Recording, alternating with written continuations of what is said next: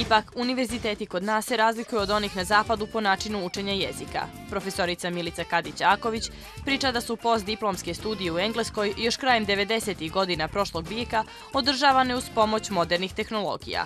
Sada i u Crnoj Gori najmlađi uče jezike preko interneta. Profesorica ipak upozorava da kvalitet takvog učenja zavisi od nivoa prethodnog znanja. Što se tiče početnika, za njih ne bi preporučila kompletno oslanjanje na učenje putem interneta, zato što ipak na nekom početnom nivou učenja jezika potrebno je puno ponavljanja i interakcija, jer i sami znate da kvalitet komunikacije i uopšte želja za komunikacijom zavisi od toga ko vam je sagovornik, kome želite da se dopadnete, s kim želite da razmijenite poruku. A što se tiče nekoga ko jezik već zna, internet je pravo blago. Ipak, i u tom blagu valja izabrati. Važno je ocijeniti koliko je jezik na sajtu sa kog učite kvalitetan i referentan. Ukoliko niste sigurni je li jezik na određenom sajtu kvalitetan, onda pogledajte ko stoji iza tog web sajta. Ako je to neka institucija tipa Britanski savjet, BBC,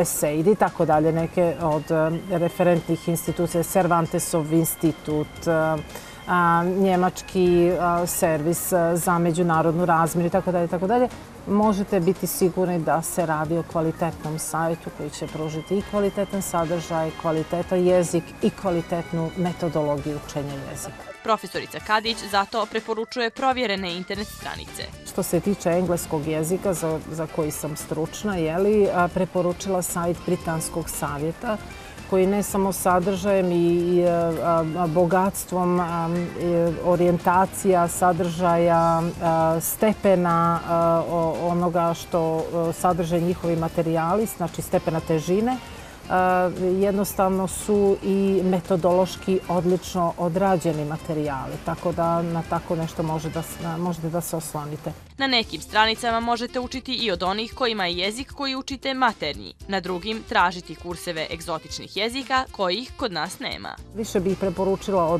odraslijim učenicima, da kažem, stranih jezika, a to su Live Mocha, BBC Online i tako dalje. Sigurna sam da mnogi naši mladi gledaoci već znaju za njih.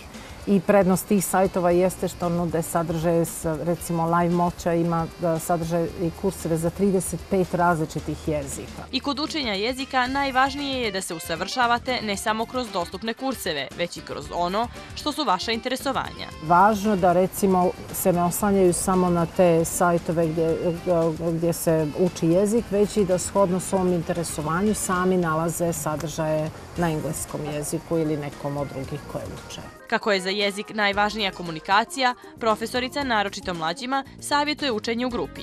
Formalno učenje jezika u školi ili na kursu i nadogradnja kroz online sadržaje predstavlja idealnu kombinaciju.